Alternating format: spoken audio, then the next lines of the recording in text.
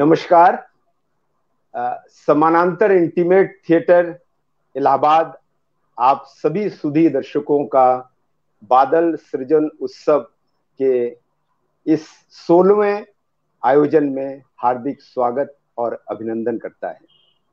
साथियों, जैसा कि आप सभी लोग जानते हैं कि बादल दा जब 80 वर्ष के हुए थे, तब से समानांतर इंटीमेट थिएटर इलाहाबाद ने उनके जन्मदिन को उनके जीवित रहते हुए मनाना शुरू किया था और उनकी मृत्यु के बाद हम लोगों ने बादल सृजन उत्सव शुरू किया।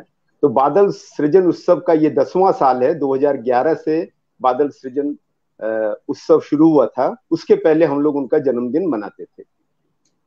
बादल सृजन उत्सव 15 जुलाई से 17 जुलाई तक 3 दिवसीय आयोजन होता है और इसमें देश विदेश के बहुत से लोगों ने भागीदारी की है।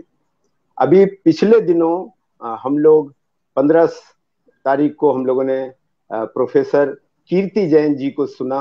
उन्होंने एक बहुत शानदार किताब बादल सरकार जी की नियोगी प्रकाशन से निकाली है, जिसका प्रकाशन नटरंग प्रतिष्ठान ने किया है।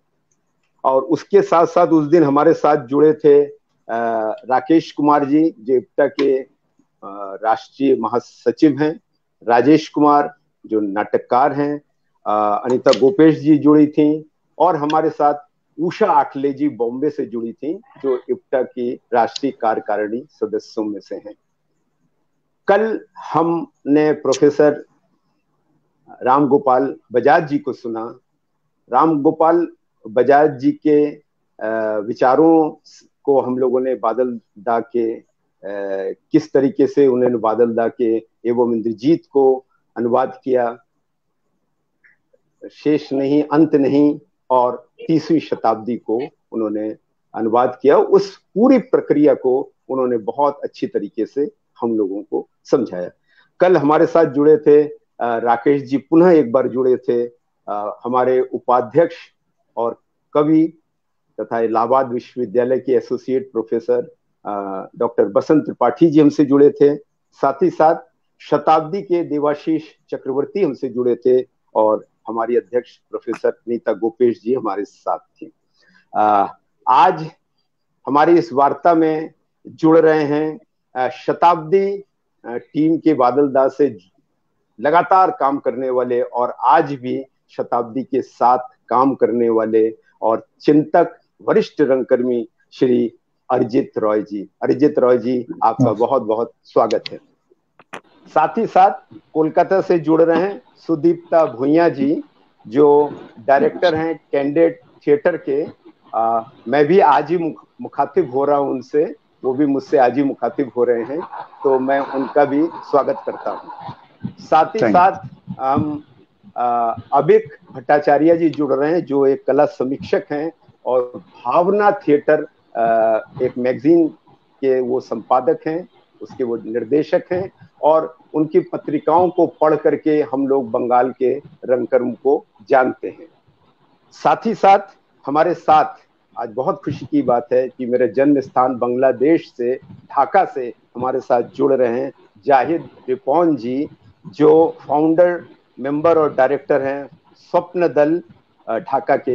इनकी प्रस्तुति मैंने 300 शताब्दी, जब मैं भारत रंग महोत्सव के चयन समिति में था तो मुझे चयन करने का अवसर मिला था और इस प्रस्तुति को भी देखा था और बहुत प्रभावित हुआ था। साथ ही साथ हमारे साथ जुड़ रहे हैं हमारे संस्था के अध्यक्ष और वरिष्ठ कथा लेखिका प्रोफेसर अनीता गोपेश जी।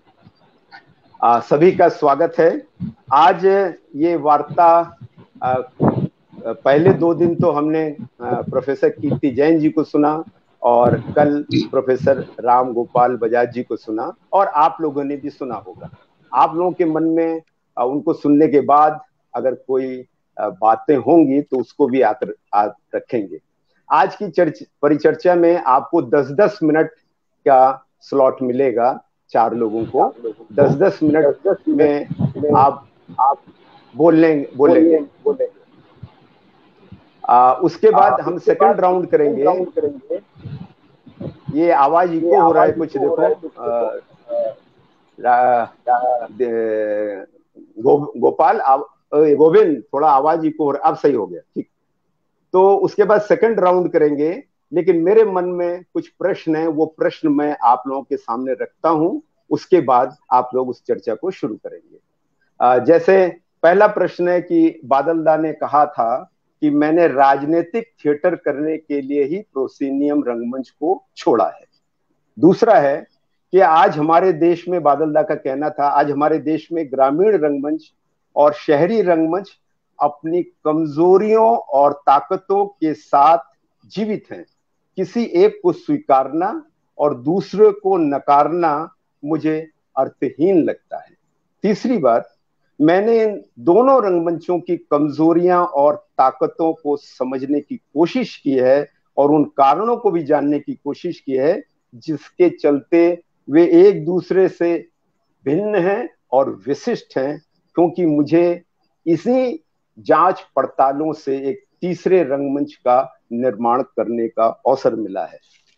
चौथा है कि 2008 में हमारे संस्था के ही लोगों ने जाके उनसे इंटरव्यू किया था, उसमें उन्होंने कहा था कि तीसरे रंगमंच के बारे में मैं इतना ही कह सकता हूं कि ऐसा रंगमंच पहले भी था, आज भी है और आने वाले दिनों में भी रहेगा।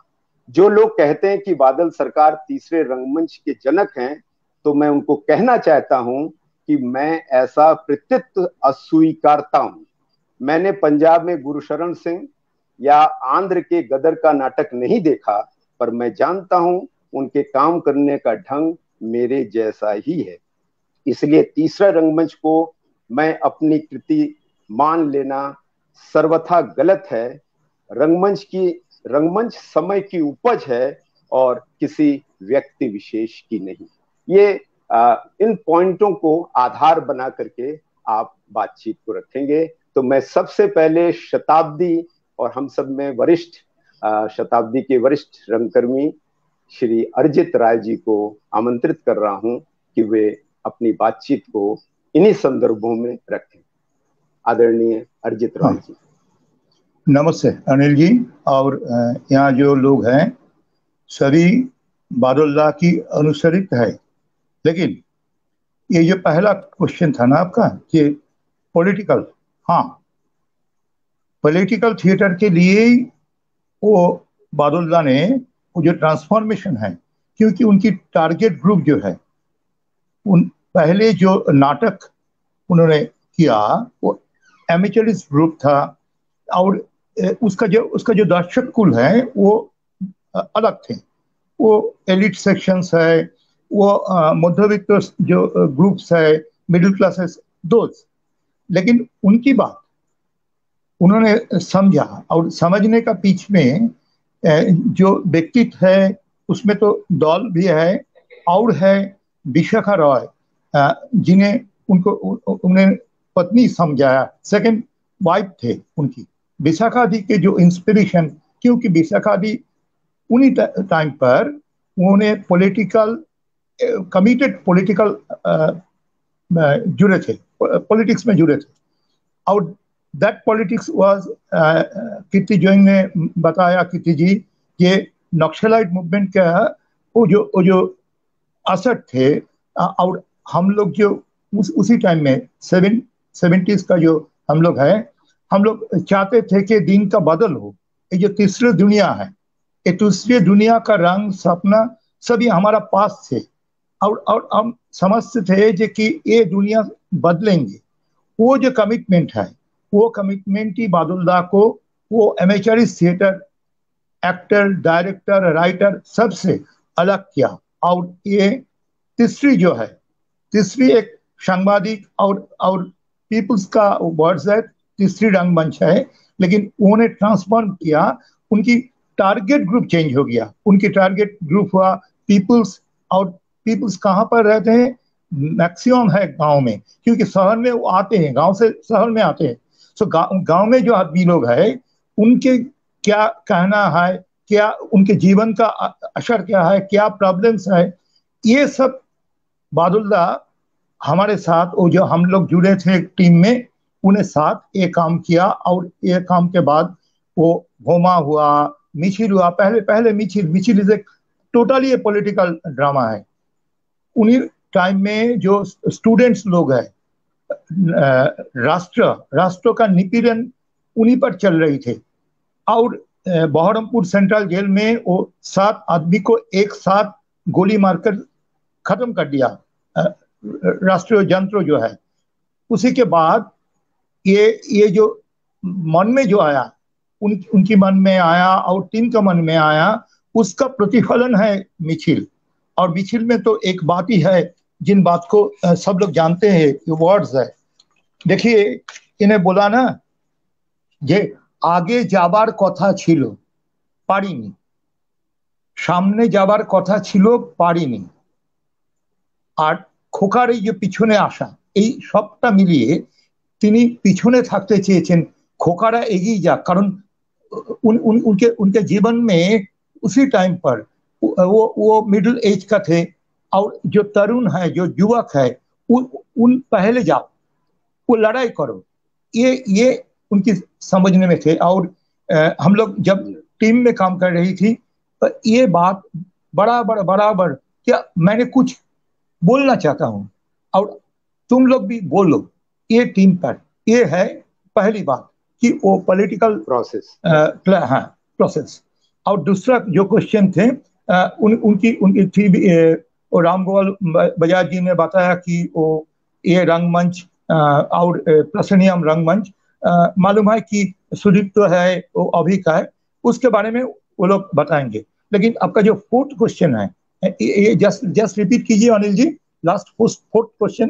फोर्थ क्वेश्चन बादल दा ने एक इंटरव्यू में कहा, जो हमारे समानांतर के लिए लोगों ने लिया था, कि ये तीसरा रंगमंच मेरा नहीं है, तीसरा रंगमंच मेरे पहले भी था, आज भी है और आगे भी रहेगा।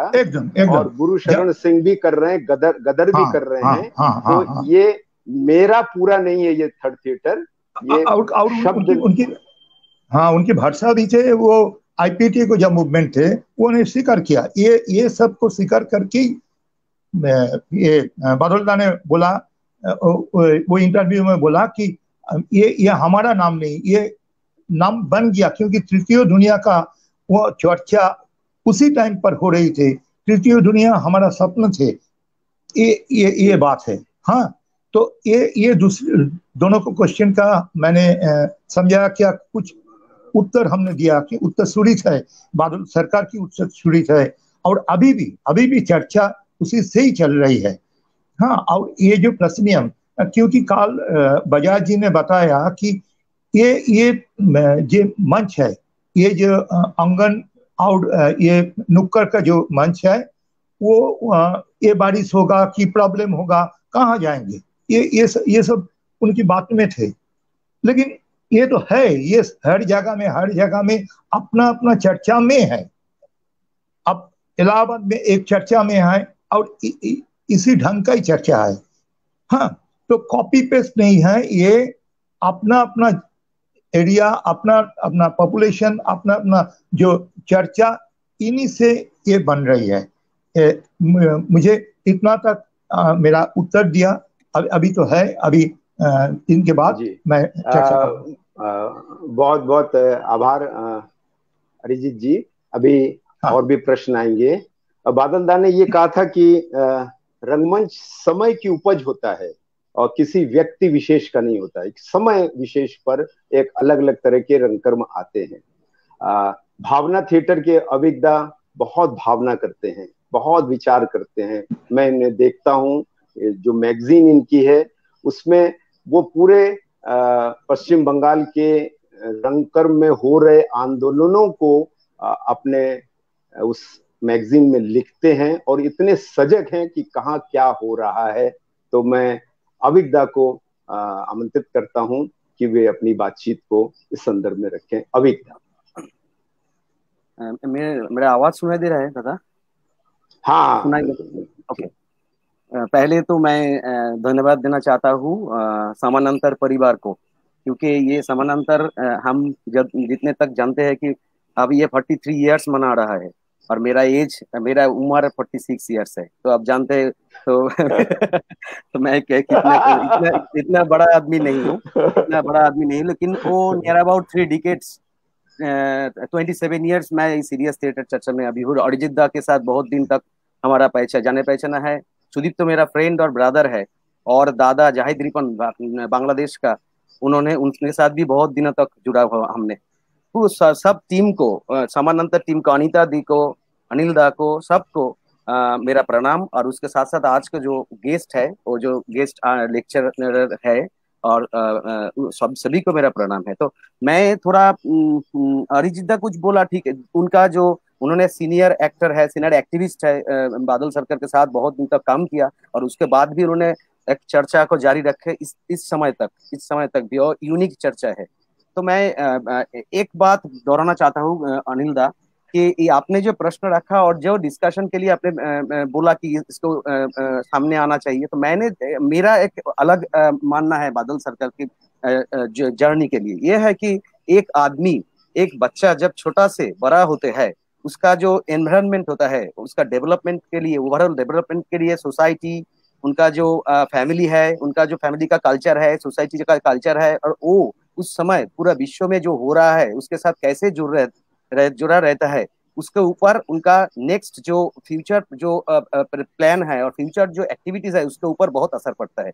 तो अगर आप 1925 से लगातार देखे, एकदम थोड़ा बहुत 1970 तक, 70 ऑनवर्ड्स, तो देखेंगे एक मल्टी कलर उनके ऊपर आ गया है। तो मजे की बात है, मैं थोड़ा थोड़ा लाइट कुछ बात बोलूंगा, क्योंकि बादल सरकार जो उनका जो ह्यूमर था वो इंटेलिजेंट ह्यूमर, वो बहुत ऊपर वाला ह्यूमर था, वो ऊंचा ह्यूमर था, वो थोड़ा थोड़ा ही ना वो नीचा था, बस लाइट नहीं था। तो मैं कहता हूँ कि आज आषाढ़ का दिन है बांग्ला में, और नाम है बादल, लेकिन सुधींद्र कब बादल होकर बरस गया हमारे ऊपर, हम भीग गए, वो हमको मालूम नहीं। लेकिन तारीख बोलता है बांग्ला में, वो टाइम था, वो 15 जो जुलाई था, वो आषाढ़ मास था, आषाढ़ का दिन था। तो इसके साथ साथ देखिए, उनका जन्म का 10 साल पहले यहाँ पर देखिए जाहिद रिपन सब सर दादा बैठा है, उनका जहाँ जन्म स्थल बांग्लादेश, अभी तक बांग्लादेश का फरीदपुर में, वहां पर आज के तारीख में एक लेजेंड का जन्म हो रहा है 17 जुलाई में, उनका नाम है बिजन भट्टाचार्य।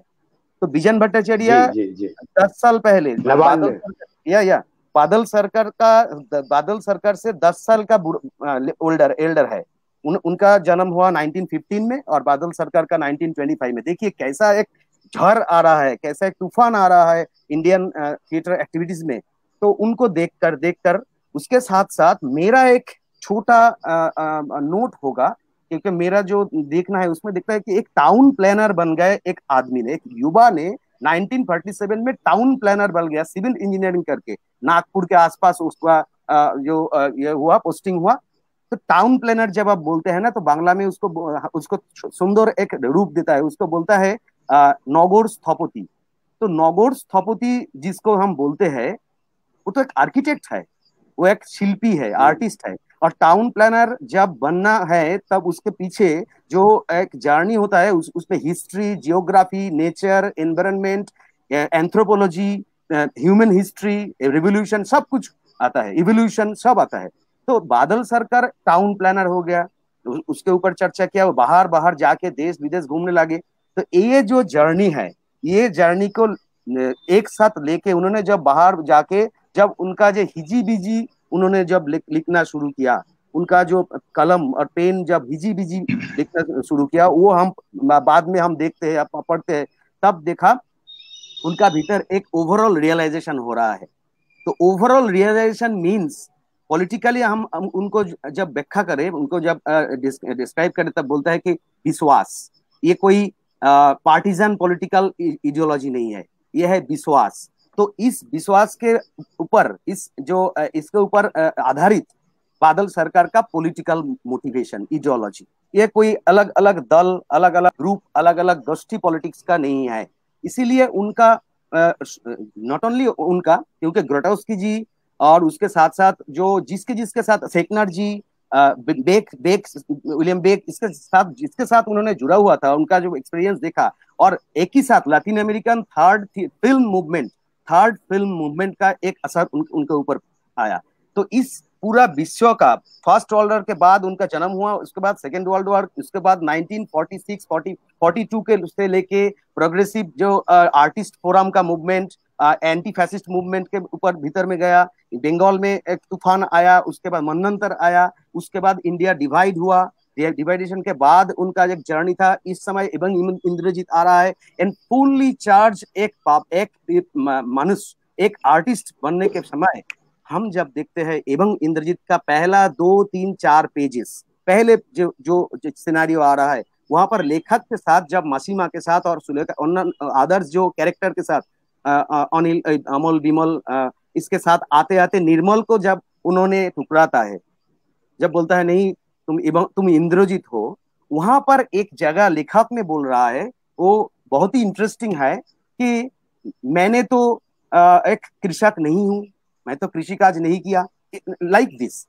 तो अब बोलता है कि मैंने तो माइन का कोई श्रमिक नहीं हूँ, खनिज श्रमिक नहीं हूँ, जो कोल माइन में काम करता है मैं तो वो भी नहीं हूँ, मैंने तो मछली पकड़ता नहीं, मैं तो कोई फिशरमैन नहीं हूँ, मालो नहीं हूँ। ये डायलॉग एक लेखक ने दे रहा है। और माइंड इट, आप जानते हैं, आप सब लोग जानते हैं कि इवन इंद्रजीत को उन्होंने कभी भी एक स्क्रिप्ट नहीं बोला, उनका लाइफ का एक चलन में वो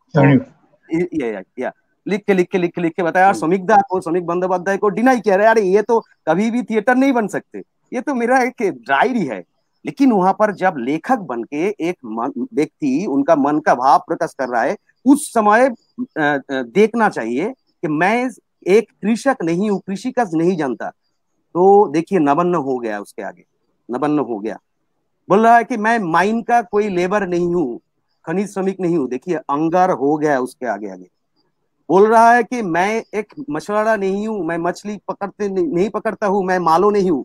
देखिए थोड़ा बहुत आगे तितास एक नदी नाम हो गया है, ये सब प्रोसेनियम में हो रहा है। यही है पॉलिटिक्स। उन्होंने देखा कि मध्यवित्त मिडिल क्लास इसके ऊपर कैसे होगा, इसका लाइफ तो फ्लैट है, इसके लाइफ में कोई उतार चढ़ाव नहीं है, तो इसके भीतर भी कुछ है, क्योंकि मध्यवित्त मध्यम वर्गीय जो लोग है lower middle class and upper middle class, जो सारे शहर और आधा शहर मफस्सल में रहते हैं, उनका लाइफ एक धर से बह जाता है, लेकिन वहां पर कोई उतार चढ़ाव नहीं है, कि उनको उनके भीतर भी एक इंद्रजीत है, जिसको लेके एक बंधन और डोर बनना है। इसके साथ क्या कि शहर के साथ गांव का वो आ रहा है 67 से 70। वहां पर जो आप जानते हैं कि emergency political movement in northern Bengal, इसको कहते हैं कि हमारा नक्सलबाड़ी मूवमेंट। उसके साथ साथ दादा ने बोला, अरिजीत दा ने बोला कि विशाखा देवी का जो अवस्थान जो है, उनका जो पॉलिटिकल अवस्थान। लेकिन किसी भी तरह मेरा मानना है कि ये कोई गणनाट्य का जो धारा उसके साथ उसका कॉपी पेस्ट नहीं है, उसके साथ मिलता नहीं है, जुड़ता नहीं है। उसके साथ जन्म का शब्दा रश्मि जी का उनका जो एक एक्टिविज्म था, उनका जो अप्रोच था, उसके साथ भी मिलता नहीं है। इवन जो उत्पल दत्त जी जब बोलता था कि मैं प्रोपेगेंडिस्ट हूँ, ये जो एजिटेशनल प्रोपेगेंडिस्ट का मूवमेंट है, प्रोपेगेंडा का जो थिएटर है, उसमें से भी बादल सरकार का उनका जो लिखनी है, उनका जो राइट अप है, उनका जो बोलना इंटरव्यूज है, उनमें उन्होंने बार बार बोला कि बॉडी माइंड, आप जानते हैं कि देह, शरीर एंड मन, शरीर और मन जब तुमको जो चाहता है तुम्हारा भीतर जो आते हैं, उसके साथ रियली ये वास्तव के साथ रिलेट करो रियली। और एक यहाँ पर उन्होंने पूरा फ्रेश माइंड में और कंप्लीटली क्लियर कर दिया कि सारा देश में जिसमें जिधर जहां पर जो लोग होता है सब मेरा दर्शक है, कोई क्लास नहीं है। तो ये जो सूक्ष्म तरह से वेरी माइन्यूटली लेयर में, अंडर लेयर में तो पॉलिटिकल बात है, लेकिन उन्होंने उनको शिल्प के तरह, एक आर्ट के तरह वो प्रेजेंट करना चाहते हैं, जिसमें एक कंटेंट और बॉडी बहुत अहम हिस्सा बनेगी, अहम हिस्सा बनेगा। और जिस तरह से एक आदमी जब उसको देखेंगे तब हम इसके बाद आएंगे थोड़ा बोलेंगे, क्योंकि अभी तक जो पेंडेमिक की सिचुएशन है उसके बाद क्या होगा, वो बहुत सारे डॉक्यूमेंट्स है, बहुत सारे बात है जो मिल जाता है कि अभी भी हमारे पास बहुत कीमती है। Thank you. हाँ, अभिज्ञा, बहुत बहुत आपका धन्यवाद।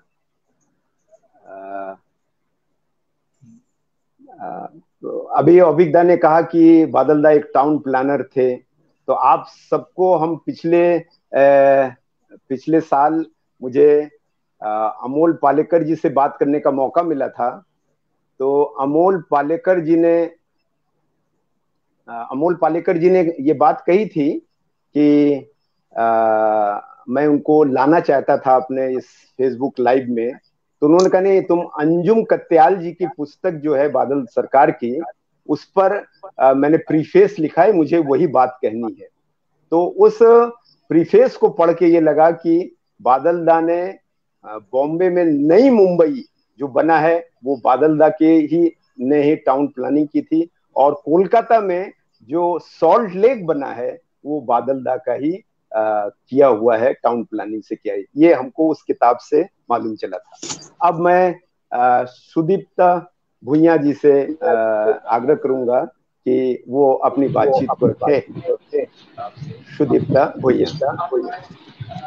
मैं पहले समानांतर अनिल जी और मेरे जो सीनियर फेलो है सबको मैं प्रणाम जनाता हूँ। तो जो बोल रहे अरिजीत और अभी जो बोल रहे थे कि what is politics, politics means I think मैं कहाँ पे हूँ, मैं कैसे हूँ, मैं कैसे रहना चाहता हूँ, यही तो पॉलिटिक्स का सबसे बड़ा जगह है। तो बादल सरकार जब ये थर्ड थिएटर वो बना रहे थे, वो काम कर रहे थे इसके ऊपर, तब हमारा वेस्ट बंगाल का पॉलिटिकल सिचुएशन क्या था, एक आर्टिस्ट क्या चाहता है, मैं जहां हूं मेरा सोसाइटी अभी जैसा है उससे ज्यादा अच्छा रहे। तो बादल सरकार उन्होंने सिर्फ इंडिया नहीं, इंडिया के बाहर उन्होंने पूरा वर्ल्ड को देखा। उसके बाद वो कलकत्ता के जो बंगाली मिडिल लोअर क्लास और मिडिल क्लास आदमी जो रहे थे उसको देखा, मैं कहाँ हूँ। इसलिए मैं जब उनका बाकी इतिहास जब मैं प्ले कर रहा हूँ, वहां पे एक डायलॉग है, सीतानाथ तुम्हें आत्महत्या करबे ना केनो, ये तो उन्होंने खुद को क्वेश्चन किया था, मैं क्यों रहूंगा, मैं कैसे मेरा सोसाइटी से मैं कैसे रिलेट करूंगा, अगर मैं नहीं रिलेट कर पाऊंगा तो मैं कैसे सरवाइव करूंगा। एक उनका जो और एक स्क्रिप्ट है, नाटक है बाघ, वहां पे वो लिख रहे हैं कि একটা অ্যাটম বোম বানাতে কত খরচ হয় জানো, একটা অ্যাটম বোম বানাতে যত খরচ হয় তা দিয়ে সারা পৃথিবীর মানুষকে একবেলা পেট ভরে খাইয়ে দেওয়া যায়। तो दैट इज वाई बादल सरकार क्या चाहते थे, प्लेन एंड सिंपल क्या चाहते हैं वो, एक नाटककार, एक आर्टिस्ट, एक ह्यूमनिस्ट, वो क्या चाहते हैं, वो चाहते हैं जो लोग वो आज जैसा है उससे कल उससे ज्यादा अच्छा रहेंगे। यही तो असली बात है। यही इसीलिए तो उनका जो टोटल जर्नी प्रोसेनियम, आप अगर थोड़ा उस समय का कुछ रिटन डॉक्यूमेंट्स हमारे पास है तो उससे हम लोग देखते हैं कि बहुत सारे लोग उनको बोला कि जो थर्ड थिएटर क्या है, थर्ड थिएटर यहाँ फर्स्ट थिएटर ठीक से नहीं हुआ, सेकंड थिएटर ठीक से डेवलप नहीं हुआ, तो थर्ड थिएटर कहाँ से आएगा। और फर्स्ट थिएटर और सेकेंड थिएटर ये तो डेवलप हुआ के नहीं हुआ, इससे बदौलता का कोई मतलब नहीं था, और ये थर्ड थिएटर टर्म भी उनका नहीं था। तो ये टर्म तो बनाया हुआ है उनके सहयोगी और मीडिया, इन्होंने बनाया है थर्ड थिएटर फॉर्म। उन्होंने तो कहा कि माने वो तो नहीं बोला था ये थर्ड थिएटर फॉर्म है, उनका एक फॉर्म था जो फॉर्म लेकर वो जाना चाहते थे सब लोअर क्लास लोगों के पास, जिनसे रिलेट करना चाहते थे, बोलना चाहते थे, और जो नहीं, वो प्रोसिनियम में जो नहीं आ रहे हैं। और theatre, that is why it's called, मैं बोलता हूँ फ्री थिएटर, जहां पे कोई लेना देना नहीं है, जिसमें कोई ऊंचा नीच भेद नहीं है। और ये मैं समझता हूँ उस समय का जो 70s का पॉलिटिकल जो एटमॉस्फेयर था हमारा बंगाल का, अगर नक्सलाइट्स मूवमेंट नहीं होता तो ये सोच मेरे ख्याल से इतना फ्लरिश नहीं करता। और क्योंकि एक पॉलिटिकल सिचुएशन एक सोसाइटी के सब आदमी को, सब तरह के आदमी को छू के जाता है, ये हम लोग माने या ना माने। तो नक्सलाइट्स मूवमेंट्स दैट टाइम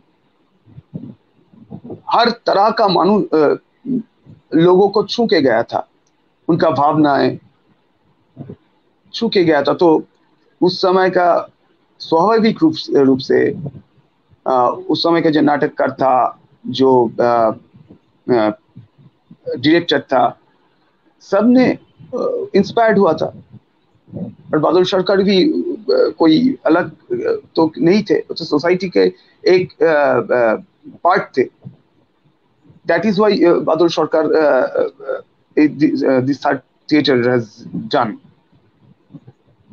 उसके बाद बादल सरकार कहीं कहीं उन्होंने लिखा है कि मैं तो कभी डायरेक्ट पॉलिटिक्स को नहीं छुआ। सीपीएम बोला था वो सीपीआई है, सीपीआई बोला था वो नक्सल है। हमको समझना चाहिए कि बादोलदा was not a partisan politician. He is not a politician. He is a social activist. May we call him a social activist. And a politician, a partisan politician and a social activist is different kind of people. तो उनका जो स्वाभाविक रूप से उनका नाटक से वो उभर कर आया। और उसके बाद पूरे बंगाल में, सिर्फ बंगाल क्या, पूरे भारत में उनका जो प्रभाव ये कैसे हुआ? ये ऐसे ही हुआ कि वो जो चाहते थे वो कर पाए कि सब तरह के लोगों को वो छू पाए। प्रोसिनियम में आने से एक इकोनॉमिकल हैजर्ड रहता है हमको। बहुत लोग प्रोसिनियम थिएटर के पास नहीं आ सकते। ये भी तो एक पॉलिटिक्स है। Economical politics is the most relevant politics. So वो वर्क कर रहा है कहाँ? इकोनॉमिकल पॉलिटिक्स से। थिएटर इंडस्ट्री का, थिएटर फ्रेटर्निटी का जो इकोनॉमिकल पॉलिटिक्स के वो तोड़ना चाहते हैं। इसीलिए उनका थिएटर वो प्रोसिनियम से गया लोगों के घर पे, लोगों के आंगन पर। नया तरह का थिएटर, और नया तरह का थिएटर ये तो जाहिर है कि नया बोल के कुछ नहीं है इस दुनिया में। नया बोल के कुछ नहीं है। लोग अपने तरह से कुछ करते हैं। तो बादोलदा भी प्रोसिनियम से लेके he was eminent writer of proscenium theatre. Proscenium theatre से उनका जर्नी शुरू हुआ था।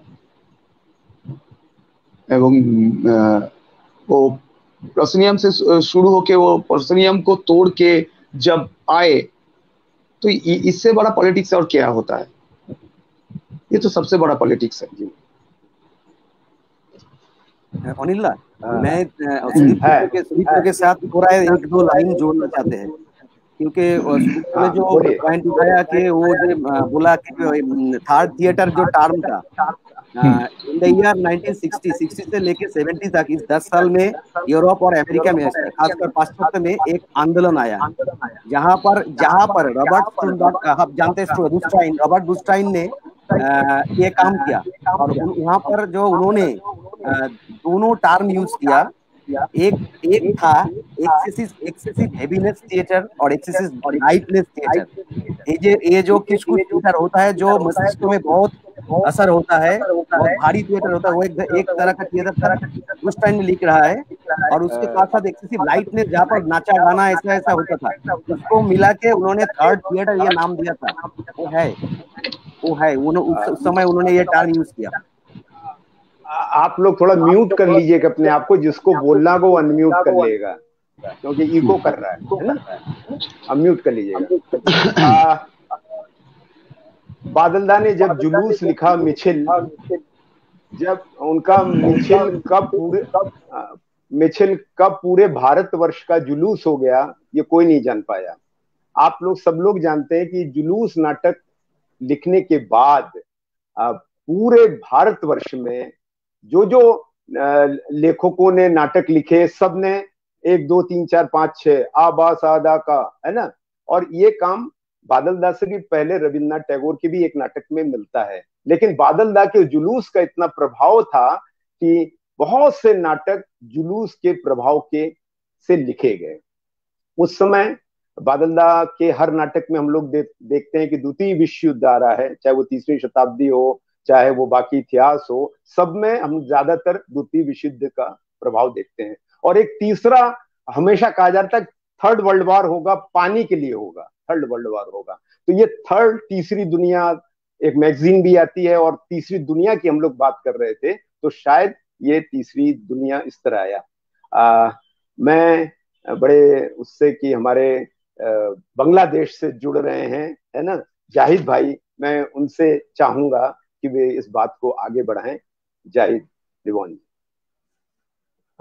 Hello everyone, I am Jahid Ripon from Bangladesh. I am the founder and chief secretary of renowned theatre organization Shopnodol Dream Team Bangladesh. It's a great pleasure or privilege to get the opportunity to say something before you on Badal Sarkar on his 96th birth anniversary. And there is a festival called Badal Srijan Utsav, organized by Samanantar Theatre, Intimate Theatre from Allahabad, Uttar Pradesh, India. I apologize because I cannot speak in Hindi, so I am trying to speak in English. I cannot realize all the discussions. Actually, I cannot realize all the questions also. So if you, Anil Ranjan Dada, if you give me the permission, then I may express the present scenario of Badal Sarkar practice in Bangladesh. Okay, दादा? चलिए, ये second line में आ रहा था जी। आपको इन लोगों को सुनने के बाद भी अगर कुछ मन में हो, सेकंड जो आपके क्वेश्चन आएंगे उसमें कहाँ क्या हो रहा है, कैसे हो रहा है, वो सेकंड में, सेकंड फेज में। Okay. I may explain the present scenario of Bangladesh in the second part. In the first part, I want to tell you that the speciality of Badal Sarkar's play is politics. I think all of his plays are very much political. We in Bangladesh, Shopnodol, we produced 2 of his productions. On is Tringsho Shatabdi and another is Spartacus. Tringsho Shatabdi is highly political drama against war, against atomic bomb, and against the incidents who is destroying the civilization, mankind, etc. And to long 21 years, we have been performing this production, and we already performed 114 performances of this production. And the second one, Spartacus. Spartacus is also a very much political drama, and in Bangladesh we produced it as that all countries of the world they may find the similarity with this production, that the production reflects the production expresses their freedom fights. In Bangladesh, when we performed Spartacus, then all people, they seemed that this is the liberation war of Bangladesh, and the Spartacus seems to be our father of the nation, Bangabandhu Sheikh Mujibur Rahman. I think that is the speciality of Badal Sarkar, that all the countries of the world, they can see the similarity with their history to the Badal Sarkar's production.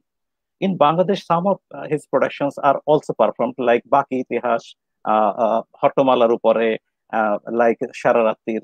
I think every of his production is political. As Sudipta said earlier, what is politics? Politics means the betterment of mankind. We want to go through betterment than yesterday, today, and today, tomorrow than today. That is the politics. And Badal Sarkar is not a partisan politician.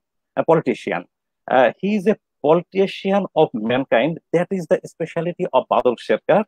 I want to say some of my opinion about Badal Sarkar's philosophy. Badal Sarkar called his theater alternative theater, but first time he never called it third theater, but later it is called as third theater. But there is a problem. There is also another third theater in the world. Eugenio Barba, he also called his theater third theater.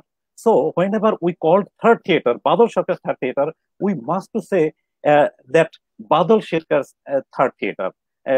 We should to speak like this, Badal Sarkar third theater, to avoid the controversy. And then another point, I think Badal Sarkar said that third theater is a philosophy, not a theater style. It's a philosophy to free the theater from extra elements like set, light, costume, makeup, and other elements, and also free from the entry tickets, fixed price entry tickets. So if we sell tickets, fixed price sell ticket, then we never called it as third theater, Badal Sarkar's third theater. That is another point of me. And I personally believe that Badal Sarkar theater is not completely a new approach. It's a continuation or modern elaboration of the traditional Bangla theater styles. Because the flexibilityness, the portableness, and the inexpensiveness are also the part of our traditional thousands-year-long Bengali theater styles. I may say the line again: the flexibilityness, the portableness, the inexpensiveness is also the part of our Bengali theater styles, which is 1,000 years old. So, what is the special contribution of Badal Sarkar? Badal Sarkar special contribution is there, that Badal Sarkar bring the discipline, theatrical discipline, and the politics with this flexibilityness, portableness, inexpensiveness of our traditional theater. So the politics is the basic element of Badal Sarkar theater. We may say that at last that Badal Sarkar's the political consciousness, discipline, and honesty is the ultimate contribution of Badal Sarkar. I repeat it: the politicalness, the theatrical disciplineness, and the honesty is the ultimate contribution. Thank you, Zahid भाई, thank you. आपने बहुत अच्छी तरह से अपनी बातों को रखा है. अब मैं हमारे संस्था के अध्यक्ष प्रोफेसर अनीता गोपेश जी जिन्होंने एवं इंद्रजीत को निर्देशित भी किया है, वो अपनी बातचीत को रखें। अनीता कोपेश जी।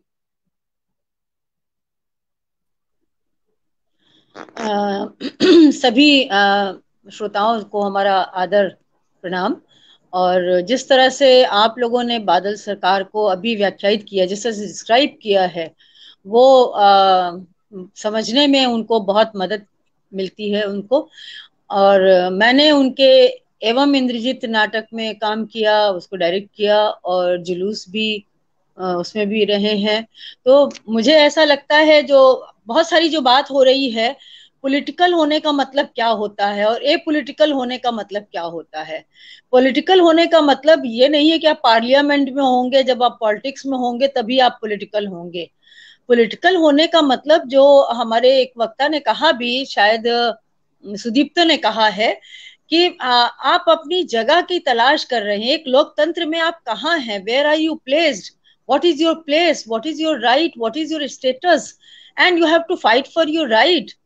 ये अवेयरनेस होना हमारे समाज में। And the lowest class of my society, जो लास्ट आदमी है गांधी का बताया हुआ, उस आदमी के अंदर ये अवेयरनेस हो कि हम कहाँ हैं। ये राजनीति, ये पॉलिटिकल होना अगर है तो बादल दा पॉलिटिकल थे। और उनका कोई भी नाटक, चाहे वो 30वीं शताब्दी हो, चाहे वो जुलूस हो, चाहे वो एवं इंद्रजीत हो, एवं इंद्रजीत में वो मिडिल क्लास की बात करते हैं। हमारे आज के समय में भी सबसे ज्यादा जो समस्याओं के बीच में है, सबसे ज्यादा जो प्रॉब्लम में है, सबसे ज्यादा जो हिपोक्रेसी में है, सबसे ज्यादा जो चैलेंजेस के बीच में है, वो मिडिल क्लास ही है।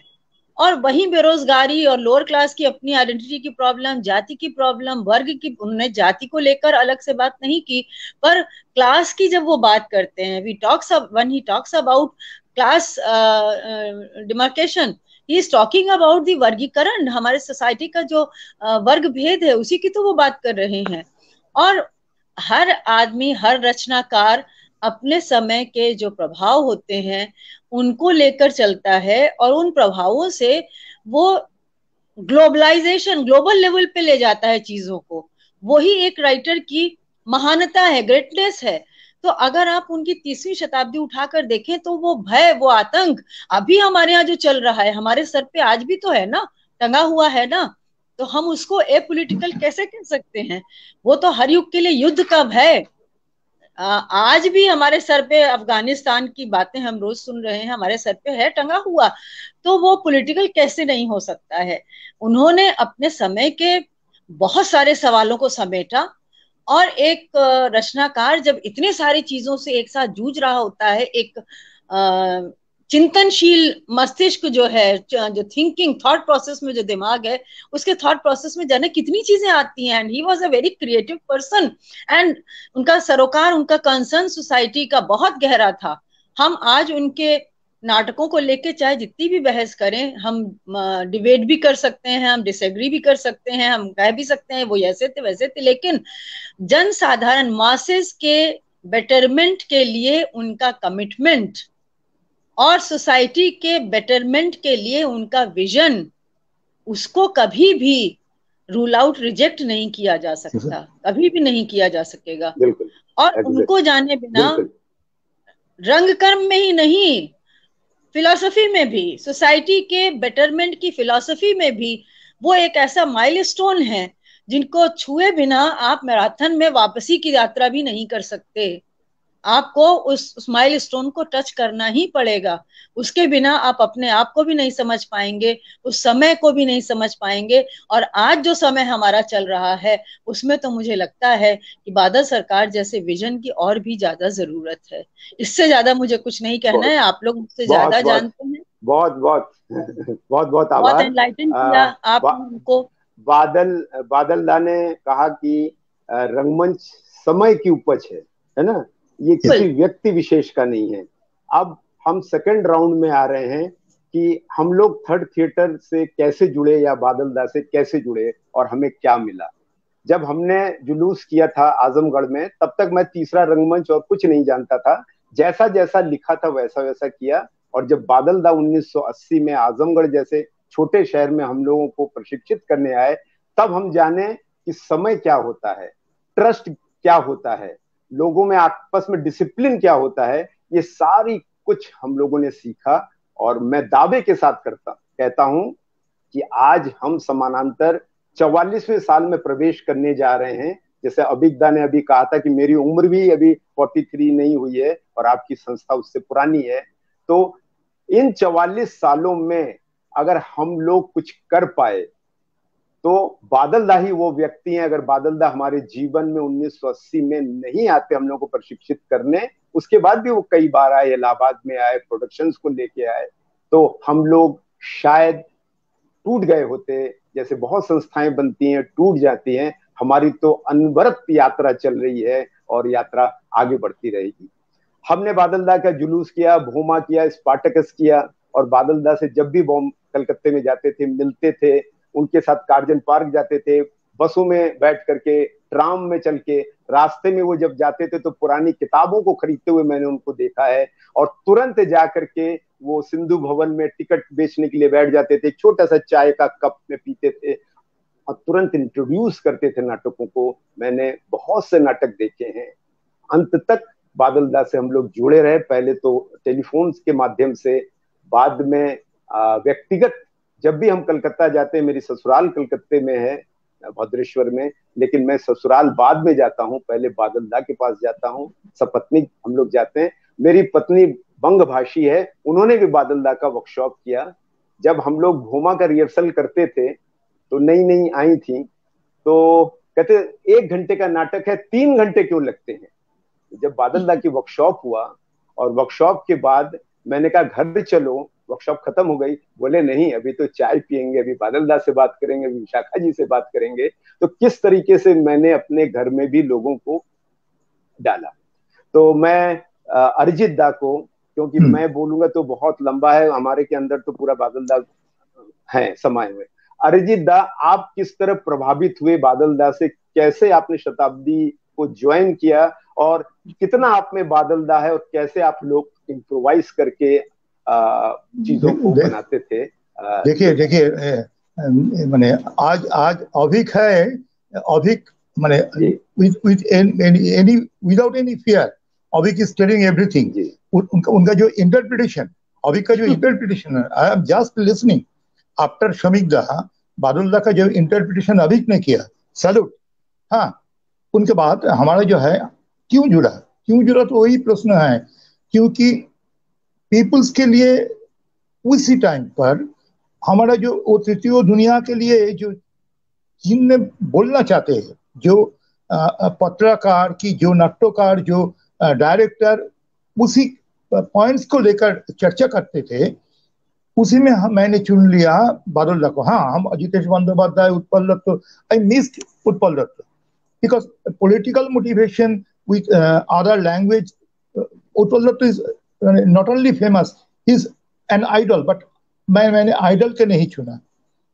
मैंने चुना कि जहां पर हमारा अंतर का चर्चा होगा, हम जो बोलना चाहते हैं वो कौन डायरेक्टर हमारा बात लेकर उसको एडिट करेंगे, उसको सनित करेंगे। और मैंने just like a strong steel, मैंने वो ये जो सोसाइटी है जहां पर चूर्ण विचूर्ण करना होगा, इस कर सकते।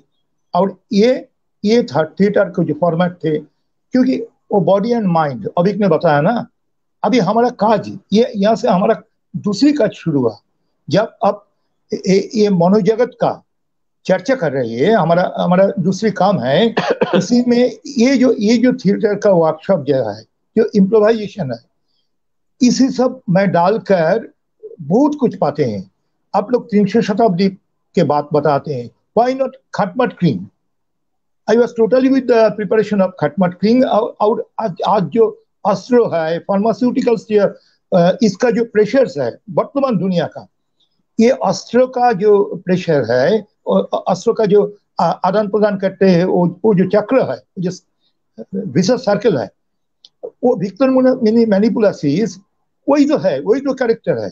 वो ये पारा में वो चंडी बाबू है, नंद बाबू है, वो बिकते हैं, वो क्या बोलेगा वो एकदम एकदम माटी का अंदर वो जो जहाँ जहाँ ये जो क्रिमिनल लोग बनते हैं वहां पे देते हैं, दोनों को ही देते हैं। दो दो दो है क्रिमिनल, दो को इसका बोला कि ये लो, उनके बोला ये लो। और ये सोसाइटी में, ये राष्ट्र में, ये इंटरनेशनली विक्टर वेनेजुएला ऑलवेज। और ये तो उन्हें लिखा 1980 का वो करीब करीब लिखा, और हमने चर्चा किया और प्रोडक्शन किया 82, and now it is relevant. तो यही तो है परंपरा, ये तो है चर्चा का परंपरा। और ये सब मैंने, ये था थिएटर, ये बादुल्ला अनुसरित होके मुझे मिला, और मैं भी चर्चा कर रही है। ये माइंड एंड बॉडी का अभी अभी अभी बहुत सारे काम कर रही है।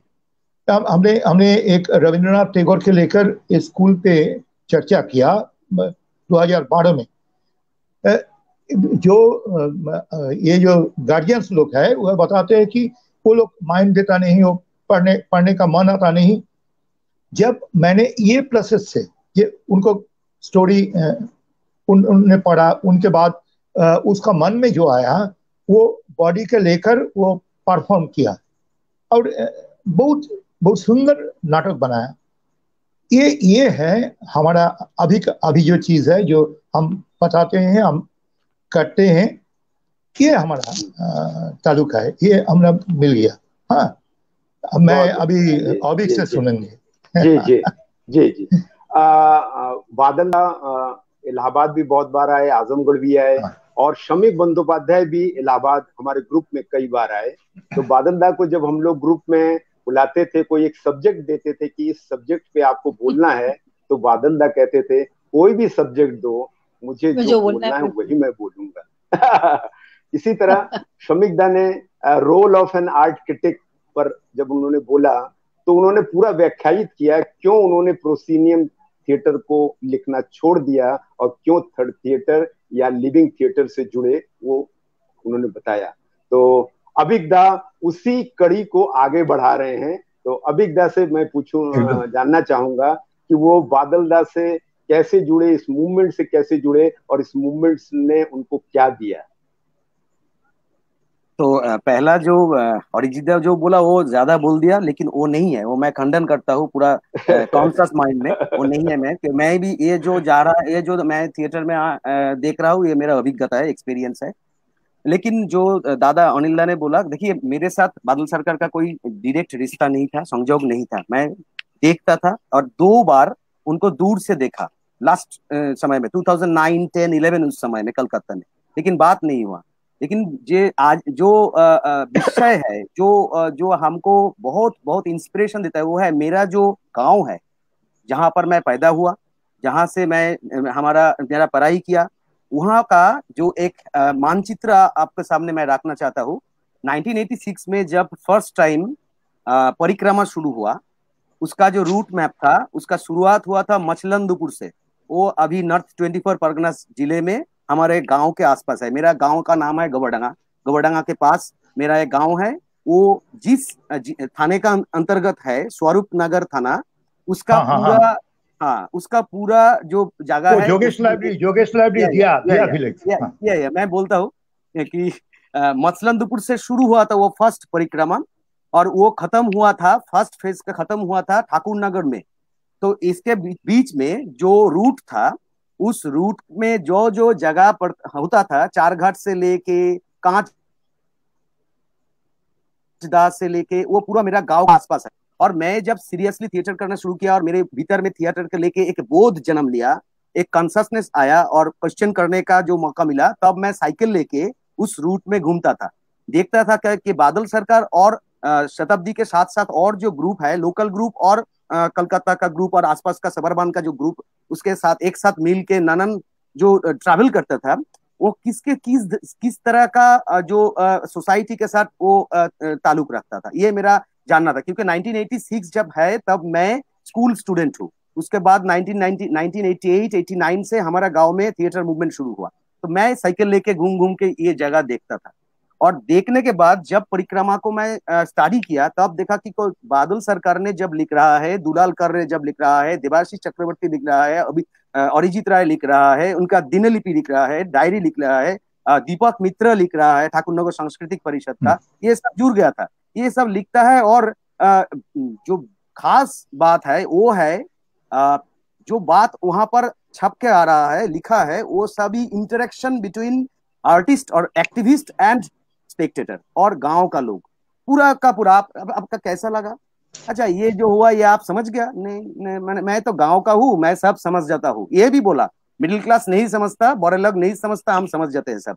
ये जो इंटरेक्शन और लास्ट अंत में उस फेज में, फर्स्ट फेज में जब ठाकुर नगर चला आया पूरा ग्रुप, तब एक आदमी ने धीरे धीरे उनके साथ ट्रैवल किया, एक वयस्क बुजुर्ग आदमी ने उनके साथ, बादल सरकार जी और उसका साथ जो था अरिजीत जानते हैं, उन्होंने इंटरेक्ट किया, उनको खाना दिया, और अब भी वो आ गया तो बोला कि पूछा कि आप क्यों हमारे पीछे पड़ गया है, आप गांव से हमारे साथ आ गया है ठाकुर नगर में।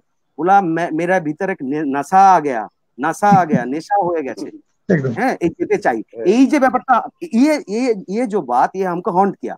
और मैं जब पत्रिका निकल रहा हूँ, अभी ये 27 जुलाई को 10 इयर्स कंप्लीट होगा, तो अब 10 साल चल रहा है, तो मेरे मन में जो था कि theatre is nothing but a communicating media, the oldest communicating media in the world.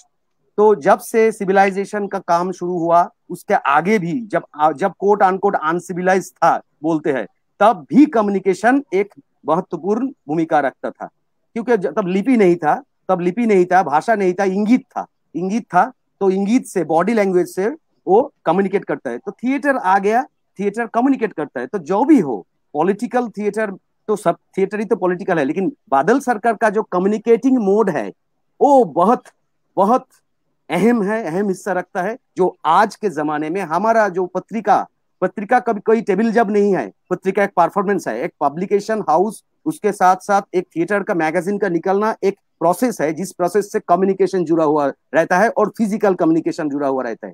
हम घर में बैठ के टेबल जब करके पत्रिका निकल सकते हैं, और बहुत सारे है निकलता है, लेकिन मैं खुद जाके उस जगह के जो रस, उसका जो सेंट, उसका जो सेंटिमेंट उसको लेते हैं, वहां का जो परफॉर्मेंस होता है, इसके बाद मैं लिख सकता हूँ कि ये यहाँ हुआ और इसका असर ऐसा होगा। तो ये मेरे ऊपर एक बहुत सारे भारी जगह दिया। उसके बाद मैं जस्ट एक बात बोलना चाहता हूँ यहाँ पर, जो मेरा मन में आया कि अभी ये पेंडेमिक सिचुएशन के समय, उसके बाद बादल सरकार कैसे आएगा। 2-3 जस्ट छोटा पॉइंट से बोल। प्राइमरीली जो first of all is that, ये जो 90s के बाद, क्योंकि 90s के समय से बाद बादल सरकार ने जब कुछ बात बोल रहे थे, कुछ लिख रहे थे, उनके भीतर रियलाइज हो रहा था कि जो 70s, 60s और 80s में जिस तरह से पॉलिटिकल टर्मोइल, सोशल जो प्रॉब्लम, इकोनॉमिकल प्रॉब्लम वगैरह आ रहा था, उस समय दर्शक का भीतर में एक आर्ज था, वो आते थे, जुट जाते थे। लेकिन आफ्टर 90s और 90s के बाद 2000 के तरफ किया, सब जगह पे ये इस तरह का थिएटर और परफॉर्मेंस के भीतर लोग का आना जाना कम होने लगा, धीरे धीरे कम होने लगा। वो भी उनका लिखने में है लास्ट समय में। लेकिन उनका जो बोलना था, कुछ जगह पे वो सूत्र दे गया हमको, कुछ फॉर्मूला दे गया। फॉर्मूला में मीन्स दैट्स नहीं, को रास्ता दे गया, दिखा दिया। ठीक है, वो उन्होंने एक्सपेरिमेंट बोला था बहुत सारे बार, लेकिन एक्सपेरिमेंट शब्द को उन्होंने खत्म करके बोला था एक्सप्लोरेशन। एक्सप्लोर करो, एक्सपेरिमेंट नहीं, एक्सप्लोर करो। तो आप देखिए, तो हम जब एक्सपेरिमेंट करेंगे कुछ सब्जेक्ट को लेके, कुछ आर्ट को लेके, तब एक जगह पे वो खत्म हो जाएगा, क्योंकि एक्सपेरिमेंट खत्म हो गया, एक्सपेरिमेंट फेल हो गया या पास हो गया। उसका अगर पास हो जाए तो सक्सेसफुल होगा, अगर फेल हो जाए तो रिजेक्टेड होगा। लेकिन अगर आपका मन में एक्सप्लोरेशन का एक आइडिया आए तो वो एक कंटिन्यूअस प्रोसेस है। वो हम इसीलिए इस समय आफ्टर पेंडेमिक और this type of crisis, when we will get back to the normal life और रियल लाइफ और न्यू नॉर्मल लाइफ, इस समय एक्सप्लोरेशन बहुत गुरुत्वपूर्ण है। सेकेंड वन इज दैट, जो ये जो 90s के बाद धीरे धीरे जो मार्केट इकोनॉमी ग्रो कर रहा है, पूंजीवाद का जो निवेश हो रहा है पूरे विश्व में, हमारा हाथ में मोबाइल फोन आ गया और हम जूझ रहे हैं कि हमारे साथ, अपने साथ घर में बैठ के हम देख रहे हैं कि बाहर में क्या हो रहा है, ये क्या तूफान आ रहा है, क्या मर जाता है, क्या होता है, वो हमको मालूम नहीं। खास करके नया जमाने का जो बच्चे लोग हैं, उसके लिए ये बहुत खतरे की बात है, क्योंकि every animal in the world want to try to get assemble एक गोष्ठी की तरह, एक गोष्ठी के रूप में रहना चाहते हैं। वो गोष्ठी का वो जो कम्युनिटी फीलिंग जब खत्म हो जाएगा तब ह्यूमन काइंड का मरण आ जाएगा, मृत्यु आ जाएगा। तो बादल सरकार का ये जो चलन है वो आज के जमाने में अप्लाई करना चाहिए, क्योंकि हम लोग सब बोल रहा है कि हाहू तस कर रहा है फेसबुक में, सोशल मीडिया में बोल रहे हैं कि ये सब खत्म हो गया, सब यूनिट हो गया। देखिए एक एक अलग अलग जगह इसके लिए चाहिए जो दवाई, वो है बादल सरकार। I am not saying the third theater, but not just, but I mean the third theater, synthesis of third theater. उन्होंने बोला कि synthesis of first and second, but I am saying that in this time the synthesis of third theater चाहिए, क्योंकि इसके लिए देखिए कलकत्ता के आसपास में, कलकत्ता को लेके बंगाल में सुदीप तो बहुत तरह जानते हैं, अरिजीत जानते हैं, जाहिद भाई भी जानते हैं, आप सब जानते हैं कि धीरे धीरे लास्ट 30 years गांव में जहां पर कोई प्रोसेनियम नहीं है, बहुत सारे 40 years, 30 years, 20 years से ज्यादा समय तक प्रोसेनियम प्रैक्टिस करने वाला ग्रुप अभी एक्सपेरिमेंटल स्पेस बना रहा है। वो भी पेंडेमिक के समय लास्ट 2 years वो बहुत स्पीडी में हो रहा है, स्पीडी में हो रहा है। वो हो सकता है कि अंगन नहीं है, मुक्त नहीं है, बट ये कम्युनिटी के भीतर, एक गांव के भीतर, एक घर में, एक पाड़ा के भीतर, एक मोहल्ला के भीतर एक स्पेस में हो रहा है। क्योंकि वहां का मोहल्ला का कोई दर्शक, वो वहां का जनता वो दूर से जिले सदर में जाके एक एसी हॉल में नहीं जा सकता। बहुत सारे ऐसे हैं कि नहीं, लाइफ में कभी थिएटर नहीं देखा, उनके घर के पास एक ग्रुप ने उनका आंगन में एक थिएटर प्रोड्यूस कर रहा है, अभी वो फर्स्ट टाइम ऑडियंस और स्पेक्टेटर हो रहा है। थर्ड वन इज जो जाहिद ने किया और सबने बोला कि इकोनॉमिकली और स्ट्रक्चरली और सब्जेक्ट को लेके एक फ्लेक्सिबिलिटी रहना चाहिए इस समय, क्योंकि अभी हम जूझ रहे हैं हमारा रोटी के लिए, रोटी रोजी के लिए। जो दर्शक आएगा नेक्स्ट पेंडेमिक के बाद, वो रोटी रोजी को कंप्लीट करके, कंफर्म करके उसके बाद देखने के लिए आने के बाद जब उनको भारी लगेगा, एंटरटेनमेंट तो चाहिए, क्योंकि बादल सरकार के जो स्ट्रक्चर है, बादल सरकार के जो लिखनी है, स्क्रिप्ट है, उसपे बहुत सारे एंटरटेनमेंट है, लेकिन वो लास्ट जाके हंट करता है। पहले तो विनोदन, उसके बाद चिंतन वो होता है। तो ये चाहिए, एक बैलेंस चाहिए, ये होना चाहिए। इसको लेके तो लास्ट ऑफ ऑल मैं बोलना चाहता हूँ, लास्ट जो बोलूंगा वो है कि दादा का, आई मीन बादल सरकार का 1971 का जवाहरलाल नेहरू फेलोशिप प्रोजेक्ट देखिए, workshop for theatre of synthesis of A rural urban link. देखिए कलकत्ता शहर में लास्ट 10 years एक ट्रेंड आ रहा है कि छोटा छोटा नाटक बना के वो गांव में चला जाना। सुदीप, तो मे आई राइट? यू नो, या तो देखिए लास्ट ईयर 2020 में कलकत्ता के बहुत सारे ग्रुप, 2-3 ग्रुप गांव में जाके, कलकत्ता में वो फुल्ली प्रोसेनियम स्ट्रक्चर में काम करते थे सालों साल, लेकिन छोटा एक फ्लेक्सिबल थिएटर बना के वो बीरभूम, बांकुड़ा, पुरुलिया, नदिया, नॉर्थ 20 परगना जिले का, इवन अंडर द ट्री एक ओपन स्पेस में भी काम किया। वो लोग स्टार है, कोट अनकोट स्टार है, हमारा जो जनरल पेपर में आता है उनका नाम, लेकिन वो लोग वहां जाके काम कर रहा है। क्यों कर रहा है? ये क्या बादल सरकार का फिलोसफी है? नहीं है, ये समय का डाक है, आवाज है, समय का आवाज है, ये मांग है, वो आएगा। इसको सब लेके हम यही समाप्त करेंगे। एक समुद्र काजल साहित्या का एक स्पेशल पेपर जो कुछ साल पहले 2015 में किंडल मैगजीन में छपा हुआ था, उसका सब्जेक्ट था interactivity in recent art and cultural practice. यहाँ पर उन्होंने बादल सरकार को कोट किया, समुद्र काजल जी, वो बहुत तगड़ा लेखक है। वहां पर उन्होंने एक बात बोला कि interactivity is very much important in current art practice, not only in theatre but also in different types of art practice. So इसीलिए देखा जा रहा है कि एक फोटोग्राफ का एग्जीबिशन में, पेंटिंग के एग्जीबिशन में हॉल के भीतर ना रह के वो जो आर्टिस्ट लोग बाहर चला जा रहा है, बाहर में जाके नेचर के साथ काम कर रहा है, वहां से लेकर आके इंस्टॉलेशन कर रहा है, भांग दिया उसको ब्रेक कर दिया, जो कन्वेंशनल जो प्रेजेंटेशन, उसको ब्रेक करने के लिए जा रहा है। एवरी स्फीयर ऑफ आर्ट वहां उसको ये कनेक्टिविटी रहना चाहिए, जिसमें ये इंटरएक्टिविटी बहुत ज्यादा होना चाहिए। इसको लेके हम और भी बोल सकते हैं, लेकिन नहीं बोलना अभी तो समय नहीं, कि आप लोगों का भी सुनेंगे, लेकिन ये है आज का रियलिटी बादल सरकार को लेके, ये चाहिए। Thank you very much. बहुत आभार अभिज्ञा। बादल दा से जो हम लोगों ने सबसे बड़ी बात सीखी कि बादल दा हर चीज को लिखते थे, डायरी में तारीख के साथ, सन के साथ हर बात को लिखते थे और वो जो चिंतन कर रहे हैं उसको वो लिखते थे। जब भी मैं बंगाल में जाता था तो हर 2 साल में 1 साल में बहुत सारी किताबें ले आते, तो मैं सोचता था इतनी जल्दी जल्दी कैसे प्रकाशित हो जा रही हैं। क्यों बादल दास जो चिंतन करते थे वो डायरी में भी लिखते थे और अपने साक्षात्कारों में भी देते थे, और अपने चिंतन के विचार जो वो बदलते भी जा रहे थे, अपने आप को बदलते जा रहे थे। अभी पिछले साल इप्टा के मतलब 25 मई को इप्टा का स्थापना दिवस है। उस दिन प्रसन्ना जी ने कहा कि पेंडेमिक कोरोना के बाद 4 लोग याद रखे जाएंगे। पहला बादल सरकार, दूसरा हबीब तनवीर, तीसरा फिट्ज बेनिफिट्स और चौथा इब्राहिम अलका जी। पहला बादल सरकार क्यों?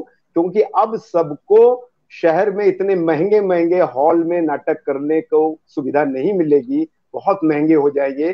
तो अगर जिसको रंगकर्म करना है तो वो बादल दा के थ्योरी पे ही काम करेगा। दूसरा उन्होंने कहा कि क्यों हबीब तनवीर, क्यों हबीब तनवीर का हम चरणदास चोर बड़े हॉल में भी देखते हैं और 4 तख्त में भी देखते हैं, इसलिए हबीब तनवीर।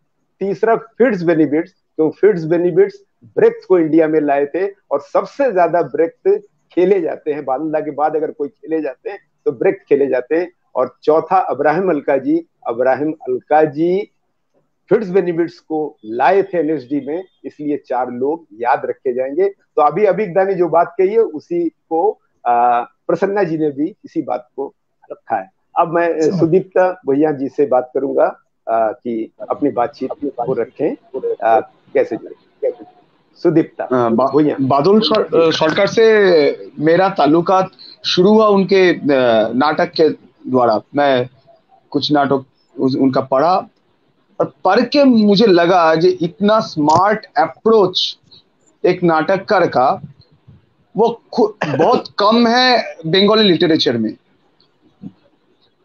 बंगाली लिटरेचर में ऐसे ही ड्रामाटिस्ट कम है। कवि है, जो नॉवलिस्ट है, लेकिन ड्रामाटिस्ट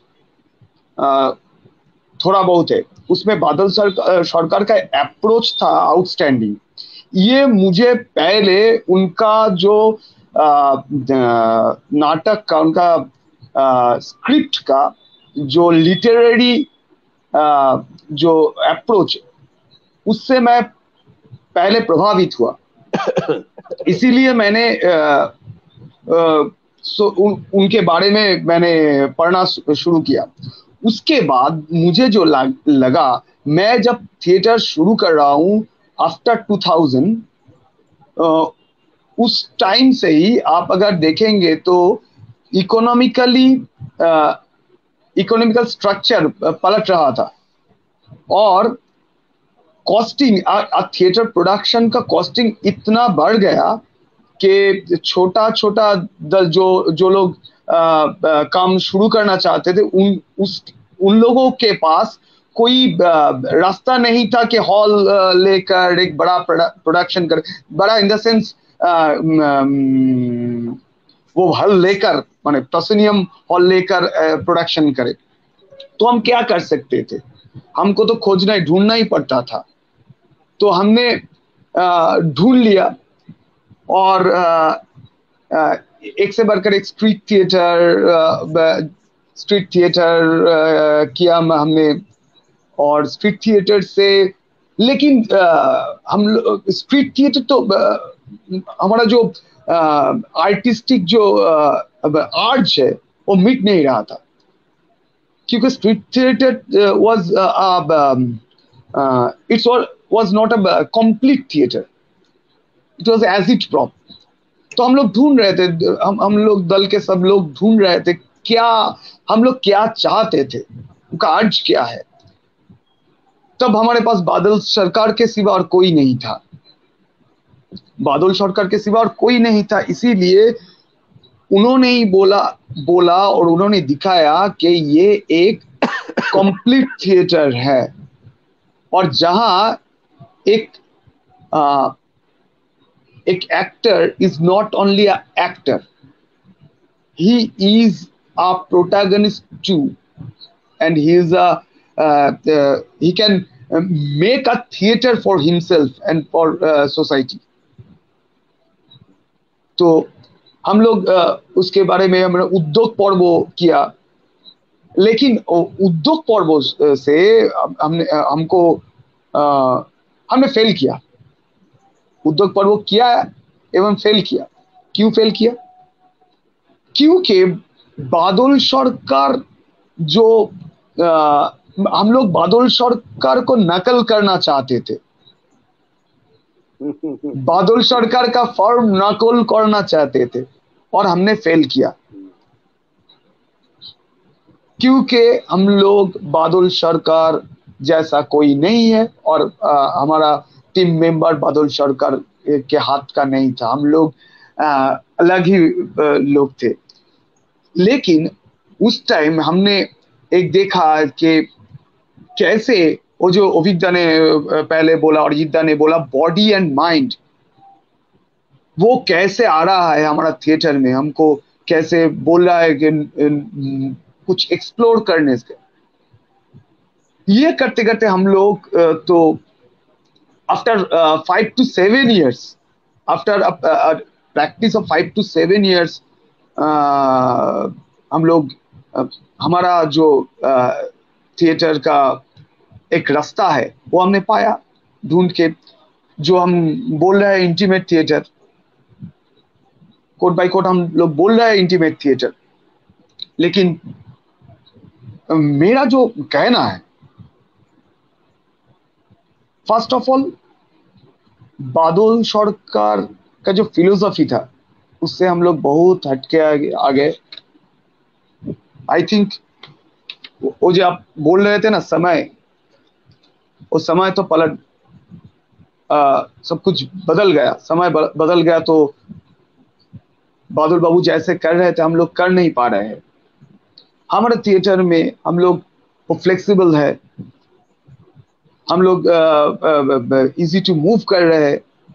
अभी तक बोला जो हम लोग जा रहे हैं पूरा वेस्ट बंगाल, उसके बाहर भी हम इजी जा पा रहे हैं, लो कॉस्टिंग है। लेकिन हम लोग इसके बाद भी टिकट हो रहा है,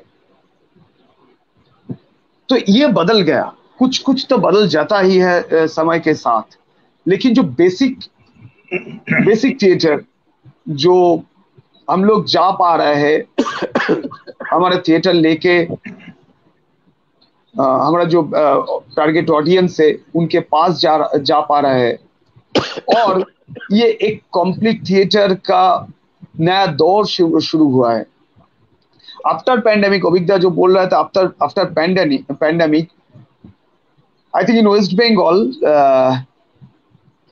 this is the main stream theatre now. मैंने बोला था, मैं अरिजीत दा को बोला था, जो अनिल दा को बोलिए कि जो ये तो और पैरेलल थिएटर है, ये तो एक पैरेलल थिएटर है, इट्स नॉट अल्टरनेटिव थिएटर। हमारे ग्रुप का नाम ही समानांतर है, पैरेलल। और एकदम बादल दा को ये नाम बहुत पसंद था। Why we are alternative? We are parallel theater. Even this time, it is the in West Bengal, it is the mainstream theater. सबसे ज्यादा लोग अभी ये थिएटर प्रैक्टिस कर रहा है। तो और एक जोड़ना चाहता हूँ क्योंकि संभालना नहीं पा रहा हूँ। ये है कि जो भक्ति मूवमेंट हुआ था बंगाल में, जो श्री चैतन्य देव महाप्रभु ने जो काम किया था, वो एक प्रोसेशन था, और प्रोसेशन के साथ परिक्रमा के साथ कुछ तालमेल है, क्योंकि वो टाइम बदल गया था। उस समय जो प्रोसेशन धर्म के आधार पर, धर्म मीन्स कैरेक्टर, आई मीन जब वैशिष्ट हमारा भीतर जो कैरेक्टर होता है वही धर्म बोलता है हम, तो उसको बदल गया। वो जब बदल गया तो 20th सेंचुरी में, तब बादल सरकार ने भी परिक्रमा किया। अभी भी परिक्रमा चल रहा है, छोटा छोटा ग्रुप कर रहा है। तुम जो बोल रहे हो उसमें जस्ट ये जो कर दिया कि ये धारा है। और जाहिद भाई में 1000 years का जो बंगाली थिएटर का जो मूवमेंट है उसके साथ ये जुड़ गया है। उसके बाद अभी एक मेन स्ट्रीम में आ रहा है पैरेलल, इसीलिए और ये बादल सरकार का महानता है, वो लोकल के साथ इंटरनेशनल को जोड़ दिया है। हम लोग लोकल में रहते हैं लेकिन हमारा दृष्टि है इंटरनेशनल। इसीलिए उनका बहुत सारा नाटक, हम लोग इतना बोल रहे थे कि पॉलिटिकल और अपॉलिटिकल, उनका पॉलिटिक्स तो वेस्ट बंगाल को लेकर नहीं था, उनका पॉलिटिक्स तो कलकत्ता को लेकर नहीं था, इंडिया को लेकर नहीं था, उनका पॉलिटिक्स तो पूरा विश्व को लेकर है, पूरा विश्व का। जब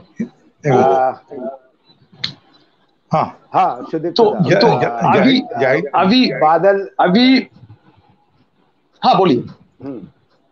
हाँ, मैंने कहा कि बादल दा अगर हिंदी में नहीं आते, हिंदी में उनका अनुवाद नहीं होता, तो वो एक स्थानीय होके रहते। जैसे वो बंगला में लिखते थे, बंगला में नाटक करते थे, जाहिद भाई बंगला में ही करते हैं, मैंने इनका 30वीं शताब्दी देखा है, ठीक है ना। लेकिन हम लोग हिंदी में करते हैं और पूरे भारतवर्ष में अलग अलग, तमिलनाडु में प्रसन्न जी दूसरी तरीके से करते हैं। और जब तक ये जैसे हाट माट क्रिंग की भी बात किया, बाघ की बात किया, तो बहुत से नाटकों का भी अनुवाद हिंदी में आया ही नहीं, तो लोग जानते ही नहीं है, पूरा विश्व जान ही नहीं पा रहा। या तो इंग्लिश में कुछ कर रहे हैं हमारे शोमिकदा थीमा पब्लिकेशन के द्वारा।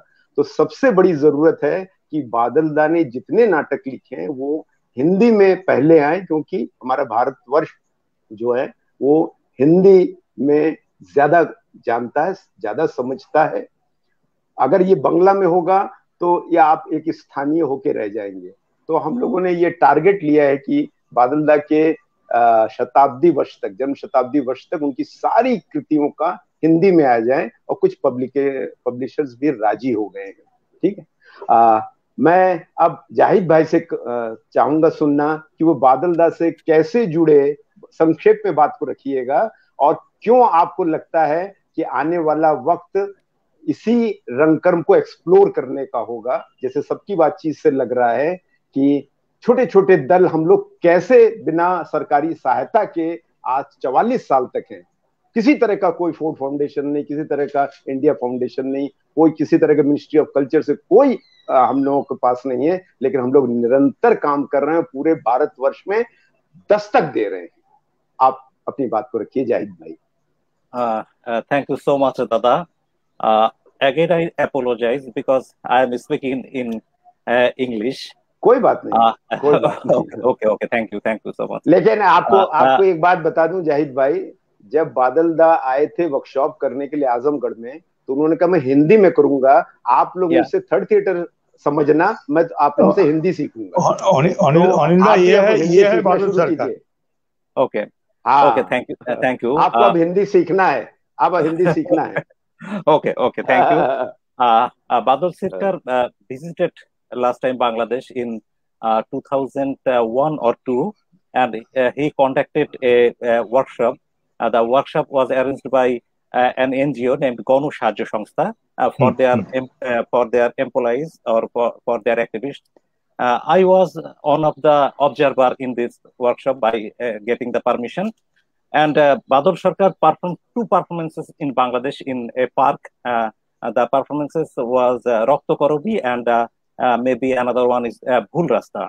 That is the direct experience with Badal Sarkar of me. In Bangladesh, our modern theater introduced through after our liberation war in 1971, and Badal Sarkar's Baki Itihash is a milestone production of Bangladesh. The production was produced by one of our renowned theater organization named Nagorik Natya Sampradaya. The production was a milestone because the modern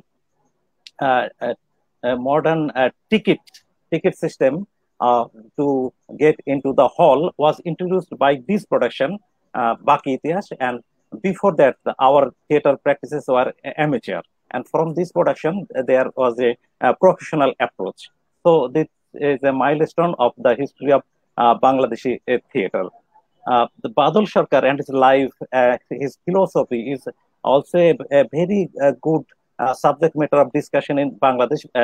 I may say that between the theater activists, but But unfortunately, there is no too much production of Badal Sarkar in Bangladesh. Earlier I said there are only some productions named Baki Itihash, Spartacus, Trinsho Shatabdi, maybe Shararattir, Hottomalar Upore, like this, some of the production. But the process is isolated. There is no continuous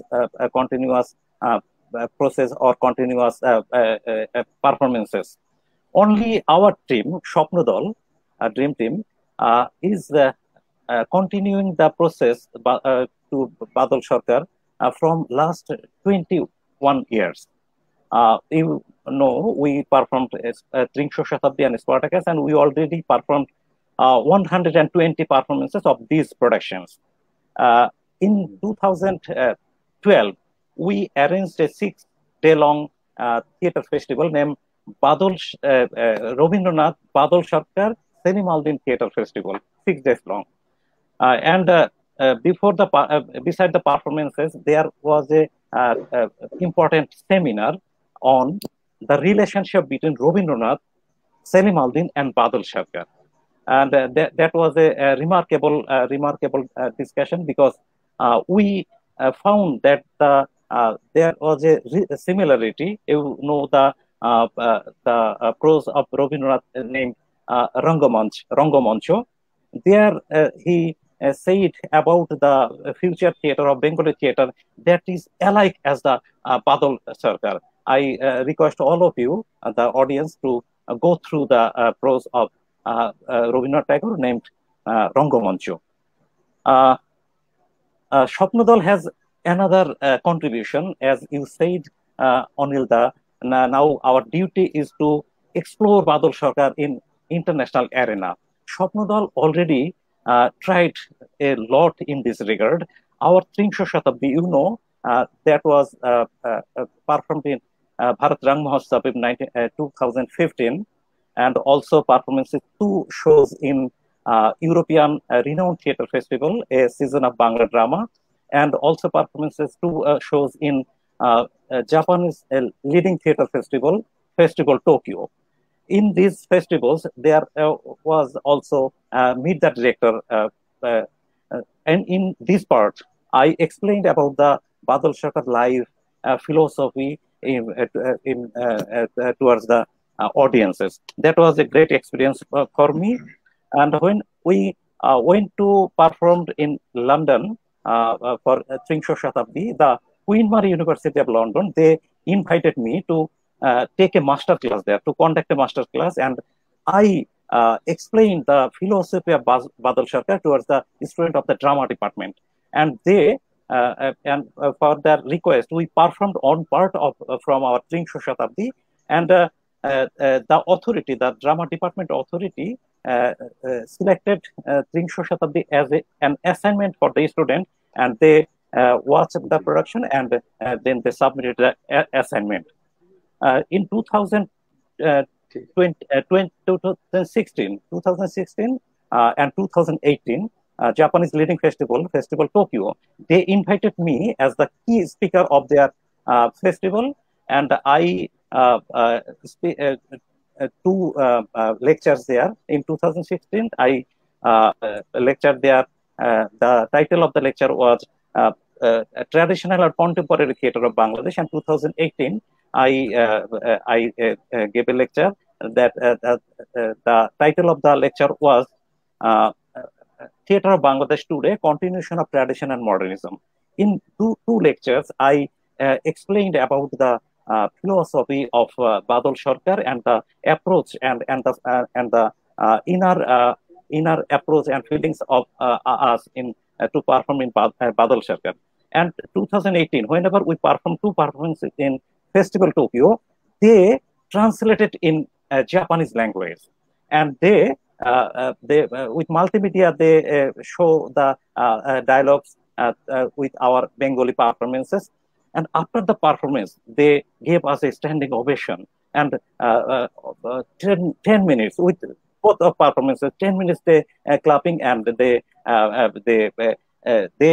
said that the story of us Japanese, but how can you realize, how can you describe the story like this? I told them it is for Badal Sarkar. Badal Sarkar, as Sudipto said, Badal Sarkar is local, but his approach is international. So that was a great success of us.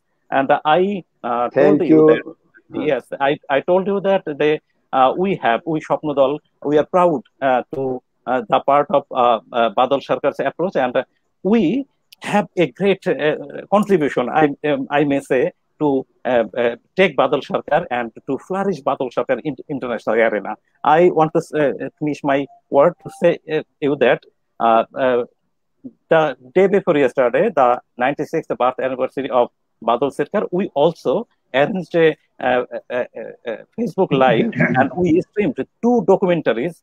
One is Shopno Sporsho, The Touch of Dream. It was produced by the experience of our London tour with Badal Sarkar's Tringsho Shatabdi, and another is a dream flight to the country of sunrise, Shopno Udal Surjodoyer Deshe.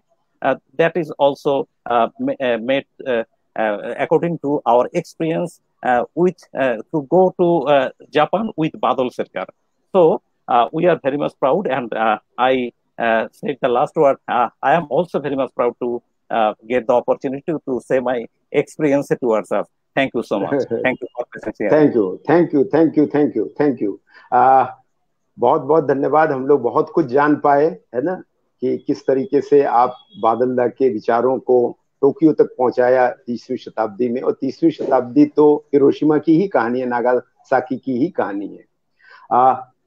बादल दा परिक्रमा करते थे, तो हम इफ्ता के लोग यात्राएं करते हैं। उत्तर प्रदेश में बहुत सारी यात्राएं निकली हैं, जिसमें हम लोगों ने नाटक, छोटे छोटे नाटक तैयार किए हैं इफ्ता के लोगों ने, और उसमें कैफी आजमी जैसे लोग गए हैं, हमारे राष्ट्रीय महासचिव वो लोग गए हैं, और गीतों की रचनाएं हुए हैं। और हमारे रवि नागर जी ने एक ऐसी गीत की रचना की है जो आज भी गाया जाता है। तो ये परिक्रमा हमारे यहाँ यात्रा बोलते हैं, तो हम लोग इस यात्रा को लेके चलते हैं। बातचीत बहुत हो सकती है बादल दा के बारे में, जितना कहा जाए उतना कम है।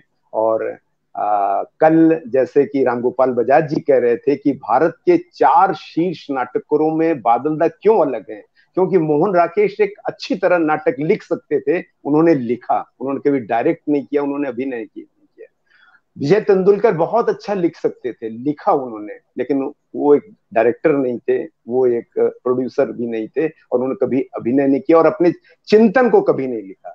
गिरीश कर्नाड जी ने हाँ नाटक लिखा है, उन्होंने कुछ कुछ का मंचन किया है, और वो थोड़ा बहुत लिखते थे। क्योंकि बादल दा एक ऐसे व्यक्ति हैं जो वो जैसा वो रहते हैं, जैसा बोलते हैं, जैसा विचार करते हैं, वैसे ही वो रहते भी हैं।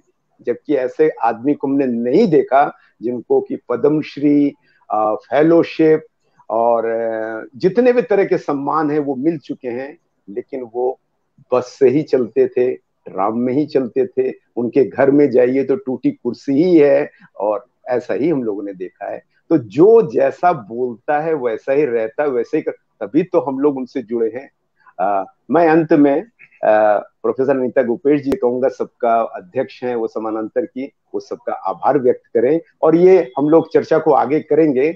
और अगर आप में से किसी को कुछ बोलना है तो बोल सकते हैं, नहीं तो मैं अनीता जी को आमंत्रित करता हूँ। दादा मैं एक लाइन निश्चय आपने पहले बोला कि वो 15 से लेके आज तक जो खास करके काल या परसों जो बुजुर्ग थिएटर जो पर्सनालिटी है कीर्ति मैम और रामगोपाल जी वो बात किया उसके ऊपर, तो मेरा एक मैं सुना था, दोनों ही सुना था, लेकिन कीर्ति मैम ने एक जगह पे पूरा खेद जताई थी। वो थे कि जिस प्रदेश से बादल सरकार आया था, उनका मानना है कि उनका फीलिंग्स हो रहा है कि उस प्रदेश में बादल सरकार का जो जर्नी वो अभी ऐसा नहीं है, ये बोला था, ये का लेकिन मैं इसमें थोड़ा 1-2 लाइन जोड़ना चाहता हूँ। मैम को प्रणाम करके, मैम बहुत बढ़िया काम किया है।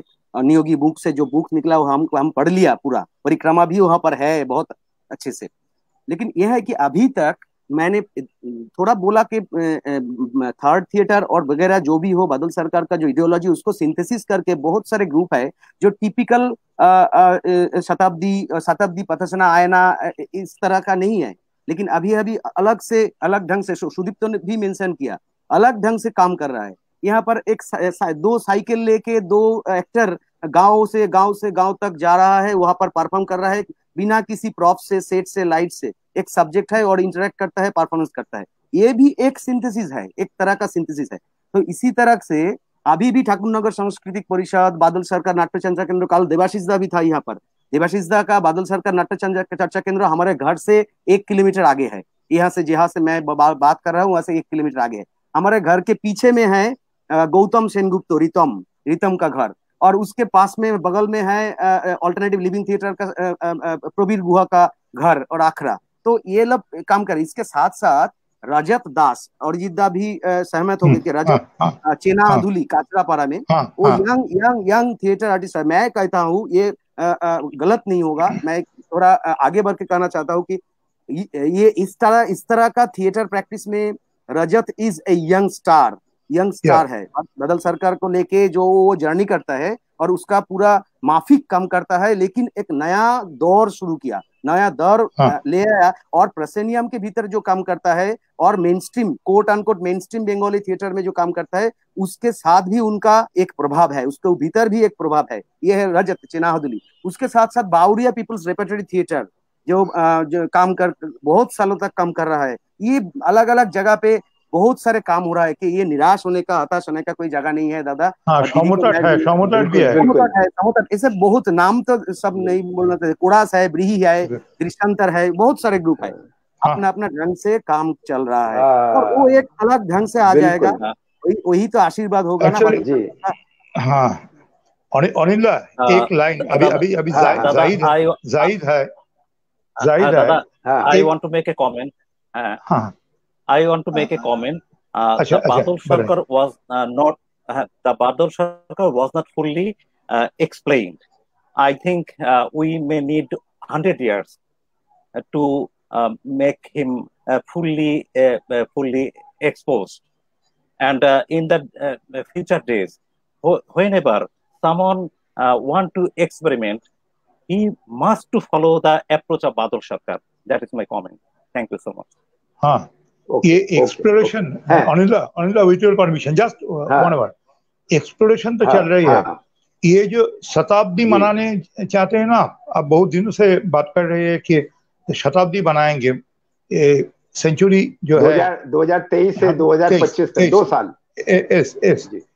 ये एक माने क्या बोलेगा गोल होगा कि जो दल है ना, अब कोशिश कीजिए ये दल को सब जुड़कर, माने क्या क्या पोटेंशियलिटी है उनके पास जो बादल सरकार का चर्चा में, इन सभी को अभी टूवर्ड्स द इंटरेक्शन जो फेस्टिवल हुआ था उसी तरह फिर कुछ करना पड़ेगा। यस, बिकॉज अलग अलग ढंग से तो बन रही है ना। और जाहिद भाई आप दूसरी नाटक भी कीजिए, वो जो थर्ड थिएटर फॉर्मेट में जो है, यू ट्राई विद द खटमट। आपका पास जो 300 शताब्दी का जो स्पिरिट है ना, वो आप खटमट टीम को ट्राई कीजिए। ये virtually if you ask something I will tell on virtually.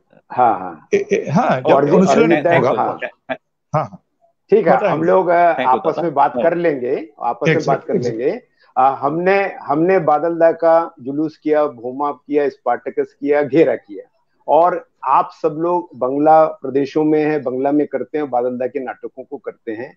लेकिन मेरे ऊपर ये प्रश्न होता था कि आप बांग्ला नाटकों को हिंदी में अनुवाद करके कर रहे हैं और बादल सरकार, तब मैंने चैलेंज लिया और संस्कृत नाटकों को, मध्यम व्यायोग को मैंने थर्ड थिएटर में किया, शकुंतला को किया,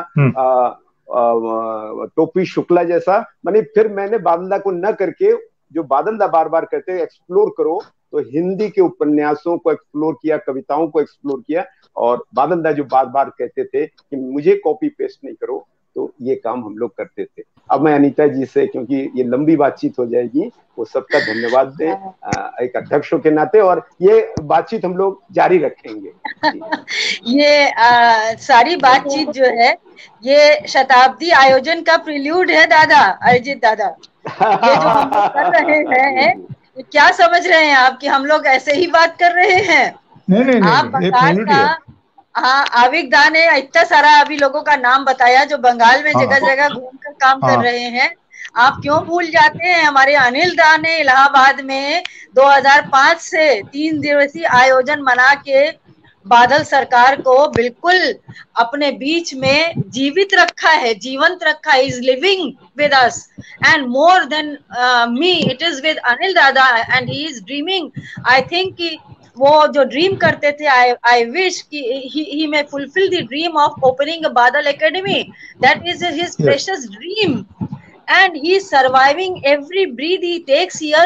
Whatever play he picks up, he is taking the same format. Sometimes he is blamed for it, that you every time you will take group and you will say and group में खड़ा कर देंगे और वैसे ही गाना गवा देंगे, body language and this and that. He is being blamed for it, but he is not leaving it. And he is surviving with each breath. Badal da, Badal da, Badal da. And I have not seen Badal Sarkar, but I feel as if I have seen him through the eyes of Anil Dada. And the greatness of the writer is that he is beyond the times, he is beyond the ages, he is beyond the periods. So Badal Sarkar's writing, as the Zahid was saying, that it will take centuries to understand Badal Sarkar. And we have to keep on exploring, and there is a vast horizon of exposure, possibility of exposure in his thinking, in his format, everything. The format is so flexible that you can adjust any novel, any story, any concept in that format, and you can produce third theater. So much has been said. You people know him better. You are doing a lot. I am only a disciple of such great people. I know the legacy of such people in literature, and I have known him through being associated with Samanantar and with so many things. I have seen all the plays many a times, so I know what he is, and it is beyond our capacity to understand him. We just try to understand him, and इतना आप लोगों ने जो कहा है उससे ज्यादा हम नहीं बता सकते थे, लेकिन ये बिल्कुल सच है कि हम लोग सब मिलकर विजुअलाइज करना अभी से शुरू करेंगे कि हम उनका शताब्दी समारोह कैसे मनाएंगे, कहाँ मनाएंगे। और हमारे संगठन में, हमारी संस्था में ना दादा के पास पैसा है, ना हमारे पास पैसा है, हम दोनों अवकाश प्राप्त हैं और हमने कहीं से अनुदान कभी नहीं लिया है। तो आप सबके सहयोग से ही ये कल्पना, ये सपना पूरा होगा। हम इसी के साथ आप सबको नाम नहीं ले रहे हैं, बहुत समय लग जाएगा। अरिजीत दा को बहुत बहुत धन्यवाद, वो बहुत जुड़े हुए हैं शताब्दी से, मन से, शताब्दी से ही नहीं, आप सब बादल दा से इतना जुड़े हुए हैं। सुदीप्ता भुइया जी को बहुत बहुत आभार। आविक भट्टाचार्य जी ने बहुत अच्छी बातें कही, बहुत ही साइंटिफिक तरीके से बहुत सारी चीजों को समझाया, बहुत सारी चीजें सामने रखी। इससे मुझे बहुत एनलाइटमेंट हुआ।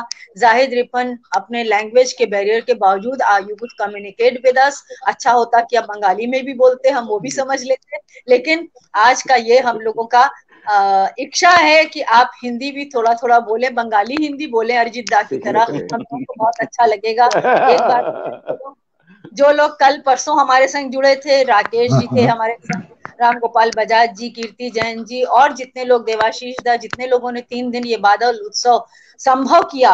हम लोग ये बादल सृजन उत्सव 3 दिन बिल्कुल उत्सव की तरह मनाते थे। हम लोग बिल्कुल डूबे रहते थे बादल सरकार में, उनकी नाटक, उनकी चर्चा, उनकी बात, उनकी यादें। हम इस कोरोना पीरियड में, महामारी पीरियड में वो नहीं कर पाए, लेकिन हम लोगों का 3 दिन का ये जो इंटरेक्शन था, it was no less than that festival. So thank you all. Thanks a lot to all of you, and we will remain in touch. धन्यवाद and नमस्कार। Thank you. অনিলদার অনুমতি নিয়ে আমি একটু বাংলা বলতে চাই। বাংলাদেশের মাতৃভাষা বাংলা। আমি বাংলাদেশের সকল নাট্য ভালো করে বলতে পারবেন না। হ্যাঁ বলুন বলুন। আমি বাংলাদেশের সকল নাট্যকর্মীদের পক্ষ থেকে এবং বাংলাদেশের জনগণের পক্ষ থেকে অনিতা দি, সুদীপ্ত দা, অভিক দা, অজিত দা এবং অনিল দা সবাইকে অনেক অনেক শুভেচ্ছা জানাই। Thanks a lot from Bangladesh on behalf of the theater activities and the people of Bangladesh. Thank you. धन्यवाद धन्यवाद। थैंक यू मिलते हैं, थैंक फिर यू मिलते हैं। थैंक यू नमस्कार। मिलते हैं।